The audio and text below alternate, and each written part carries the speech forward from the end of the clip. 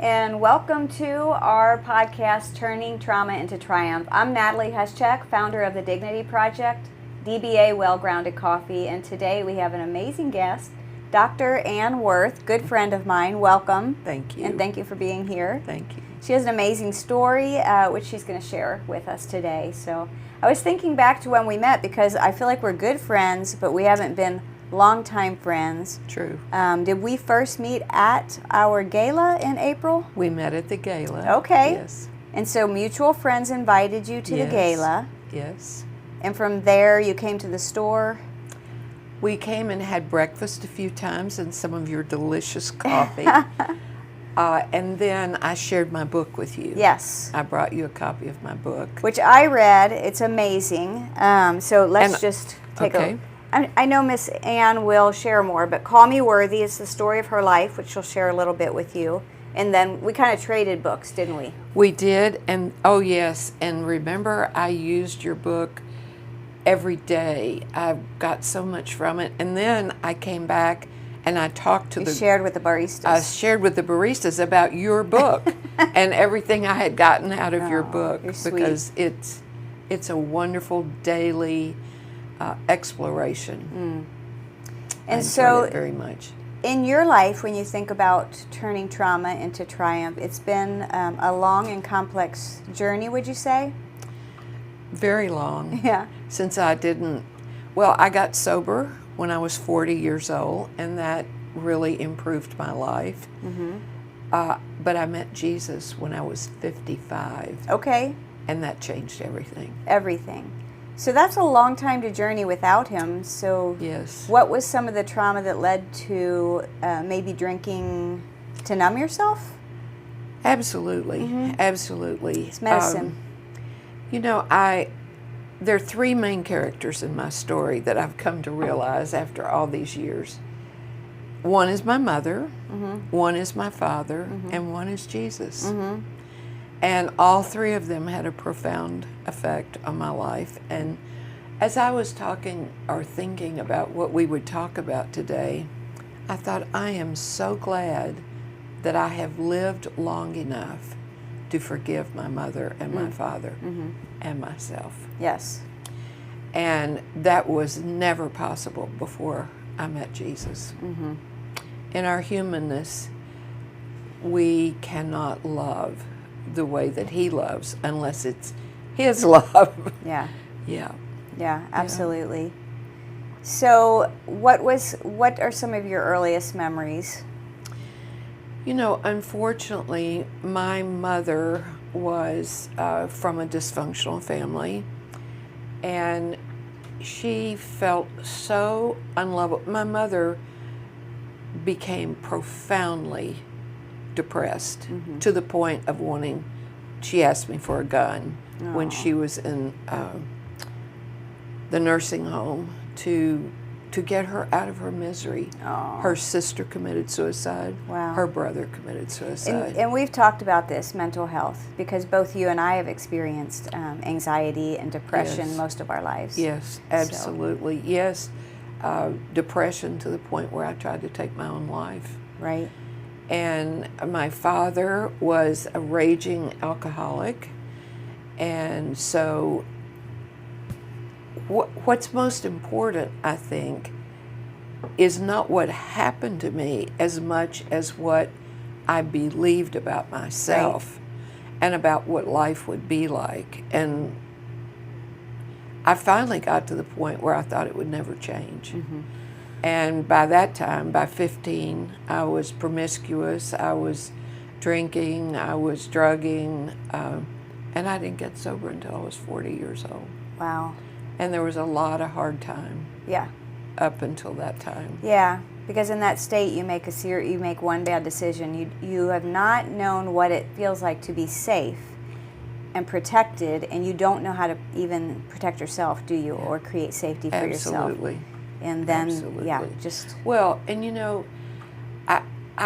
I may write a book about this, because what I believe is that if you are maternally deprived mm-hmm. of that nurturing and that connection, that especially for a woman, we don't get that kind of nurturing from each other necessarily in our culture.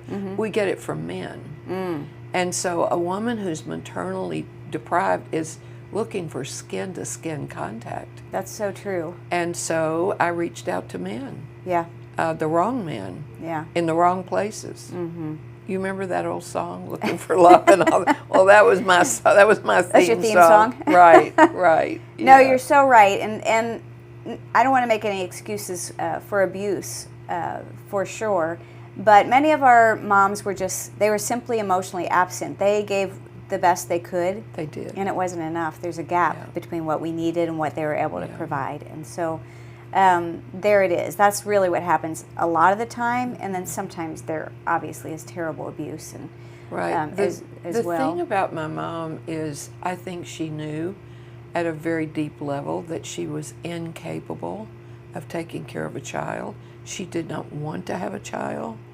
And then on top of that, when I was 6 months old, my father joined the Army in World War II. On his death, the day of his funeral, she refused to go to his funeral. And she said, "He abandoned me, and I've never forgiven him." Wow. And so she was forced to move back home to live with her parents Which in that wasn't dysfunctional good. family. Yeah. And she blamed me. Yeah. And she just, I was the reason for that terrible time in her life. Yeah. And then so then you numb yourself for decades. And so what first of all, what got you sober? Well, it wasn't God. No. I tried to get off Xanax by drinking more to calm myself down. And I had a psychotic break. Okay. And they shipped me off to what I thought was going to be a dude ranch experience in the desert of Arizona. Okay. It didn't take me long to figure out I was not going to have a retreat experience. Okay. So you got real. You got real with I got real. your addiction. Yes. Yes. Okay. And and of course that wasn't the only one that I had. So I really took a very comprehensive look at my life. And what I actually did while I was in treatment was adopt myself. Okay. I decided to become my own mother. And so it was very easy in early sobriety to say, would you put 3 cigarettes in your child's mouth? Would you give them 6 Twinkies? Would you pour alcohol down? It became a new revelation that I didn't have anybody to take care of me, but now I could. Yeah. Self-care. Self-care. I love it. Yeah. That's what we try to do around here. You know, this is very much a sisterhood here, and Yes. we promote self-care, and we certainly lean in and care for each other. Yes. And this, you know, most all the women here have not come from situations where women were safe, like you said. Yes. And so learning to trust other women, it's a big deal. And learning to be safe for each other, because none of us have felt safe. It's not only a big deal, but as I said, in our culture, you don't see women walking down the street holding hands, or we are so fortunate, those of us who are in recovery or have been through these horrific things, because we love in a different way, and we appreciate being loved in a different way. It's heart mending to be loved. And so the camaraderie, the affection, it's healing. I mean, we've got a family. Yeah. I never had a family. Yeah. So then you're not numbing yourself. So now when things happen, you're feeling all the feels. We talk about this a lot, and Yes. you're doing it without alcohol or drugs. Yes. And what helped you to stay on track? Community or? Well, I was very active in AA. Yeah. And I didn't know you could have fun without drugs and alcohol. Right. So I was having fun. Yeah. I mean, we would go out after a meeting on Friday night. We would play charades. We just Had all the fun. It was a different life. I love it. And I had a sponsor. I had a tough sponsor. And she taught me how to live without alcohol. Yeah. And service, we started serving others and Yes. thinking about others instead of our me, me, so me. important. And so it was wonderful, and yet there was still a hole in my heart. Mm-hmm. And I didn't know that Jesus could fill it. I didn't know that nothing else. So because you told me you had not had positive experience with church or people who called themselves Christians. And we've talked about this, church hurt, because, it's real. It's very real. People who say they believe in God don't represent Him well all the time. Yeah. So how did that play out for you? Well, when I was a teenager, I saw a film in our church about a missionary who went to Africa, and I saw all these little children celebrating, dancing in such joy. Well, nothing had changed in their situation. Mm-hmm. They were still poverty-stricken. They were in a war-torn country, but they were ecstatic because they met Jesus. Mm-hmm. And so I thought to myself, well, how are they going to find out about Jesus if we don't go? Mm-hmm. So I had this missionary's heart, even though I wasn't a Christian. I was just visiting the church. Mm-hmm. So I forgot where I was going to go with that. Oh, yes, about church. Yeah. So I started going to church, and I met this boy. I'm 83, so back in the day, in the 50s, we called them hoodlums. So now we call them gang members. But anyway, I met this guy, and I was filled with this missionary fervor. And so I said, do you go to church? And he said, well, I was a Catholic. And I said, but do you go to church? And he said, no. I said, well, would you like to come to our church service? And he said, oh, I'll think about it, that kind of thing. Okay. So anyway, I seriously invited him to come to the Christmas Eve service. Mm-hmm. And so I waited in the foyer, I waited. Finally, I heard his motorbike, and he came in with his black leather jacket and his slick back hair. And by the time he got there were no seats except in the front. So we walked down this center aisle. Okay. Before I got home, my parents, who didn't go to church, probably had gotten 20 phone calls. Uh-oh. And they uninvited me from the teenage group. And I thought, for bringing the hoodlum. I am trying to do something good. Mm-hmm. And they said, we don't want her influence around our children. So I left the church. Sure. And I didn't go back. Mm-hmm. Because I thought, what is wrong with this? It's not right. It's not right. It's not right. It's We were not talking right. about this earlier. This is a quote regarding what you just mentioned. Mm. This is by Brenham Manning. Oh. The greatest single cause of atheism in the world today is Christians who acknowledge Jesus with their lips, walk out the door, and deny Him by their lifestyle. That is what an unbelieving world simply finds unbelievable. Unbelievable. Brennan Manning. Yeah. Love that guy. So how do you get from there, from being so church hurt, just like what Brennan Manning said, to an experience that now God is the center of your life? How do you...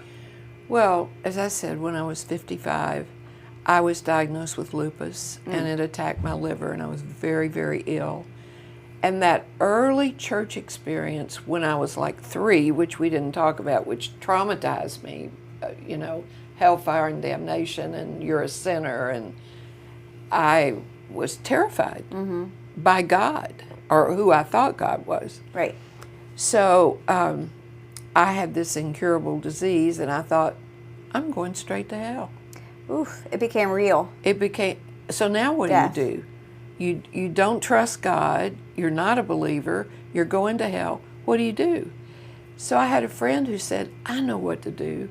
I know where there's this workshop for people who need a second chance with God. And I said, you know what, I'd really love to tell God what I think of Him. Okay. Will I have a chance to do that? And so I did. So this is courageous. This is a good point, because I've talked with several baristas who have friends that are holding God at arm's length, right? They kind of want to move in, and then it's a no. And I wonder if more people understood that they can yell at God, they can get angry with Him, that He can take it, and that actually can break them through this stuck spot. Yes, yes. He's big enough. He is strong well, and enough. He to, will welcome it. He will welcome anything that will get out of the way of being able to come close to our of Father. His great love. Yes. Yeah. Yes. This is amazing. So I got to tell Him off and ask Him why a million times. Why this? Why that? You didn't get struck by lightning? I didn't get struck by lightning. I had a vision. And it was the room, I had my eyes closed, the room absolutely filled with light and warmth. And then I saw the image of a man. And it was so compelling. You know, it's like I wanted to get up out of my chair and just walk to him. But he came to me, stretched out his hand. Yeah. And there was a man sitting opposite me. And when I reached out my hand, it was so real. It was like he was in the room, Jesus was in the room. When this man took my hand, Natalie, I'm not exaggerating, a shock went through my body that like burned up all the resistance, all the lies that I had believed. It was gone. And in its place was a new life, a new song, a new mind, I was a new person. I mean, people meet me now and they say, you were a drug addict? You were an alcoholic? You were promiscuous? You've been married 3 times? I mean, they look at me and they see this peaceful, joyful, loving, serving person. Because you went on and you got your master's, and then you went on and got your doctorate, and you're journeying with other women out of darkness. Yes. I love it. Yeah. This is great. This is Trauma2Triumph. Trauma2Triumph. Speaking of that, this is something I am so proud of. Most people know what a tract is, but this tract was born out of my wanting to give hope to other women. And I mean, that's what it's called, a message of hope for women who feel hopeless. Yeah. And there is hope. There's hope. There is hope. There's hope. Even now, I don't want to be pretend. I experience some depression and anxiety, much less than I used to, and it gets less and less the closer I draw to God, and just allow Him to heal me. And a lot of it is just doing this work and journeying. And using your book is helpful. Okay. You need to hold your book Oh, up. I should. Okay. Yeah. But like you said, serving others, I mean, that's a healing process. It's all healing. But in this world, the Word says you will have trouble. And some of mine is anxiety and depression. And so it didn't magically disappear. No. But it's different. It's different when you're journeying with God and with others. Absolutely. Yeah. We are human and spiritual. And in our humanness, we are angry, we are scared, we are anxious, we are depressed, we are grief-stricken about things that are happening in our country. But what Jesus said as He left, and what He said to His disciples, my peace I leave with you, not as the world gives. So those of us who believe experience things differently. We still have grief, we still have anger, but you know what? We love our enemy. We pray for our enemy, knowing that only God can change their heart. Yeah. And only God could change my heart. And only God, yes. Yeah. So, as I like to say, if you had an audience, and today you do, what do you want to say? What's your message that you want to say to them? My message is very easy. Should I look at the camera? Why not? God loves you, and there is nothing you can do about it. There you go. There you have it. Dr. Ann Worth, thanks for joining us on Turning Trauma into Triumph. What a cool person Dr. Ann is. I'm so glad she could join us today. You know, there is a gap between what we needed as children and what our parents and other adults in our lives were able to give us. And there's also a gap between what God intended the church to be and what the church is. And it's those gaps that require us to live in so much grace and give each other so much grace as we heal and learn and grow. So thanks for joining us today on our podcast, Turning Trauma into Triumph. I want to remind you, you can go to our website and get some fun, cool merch like my shirt, coffee mugs, candles. We actually sell our coffee beans right online, and we'll ship them to your house. It's a fun way to support the baristas in their healing process. Thanks, and have a great day.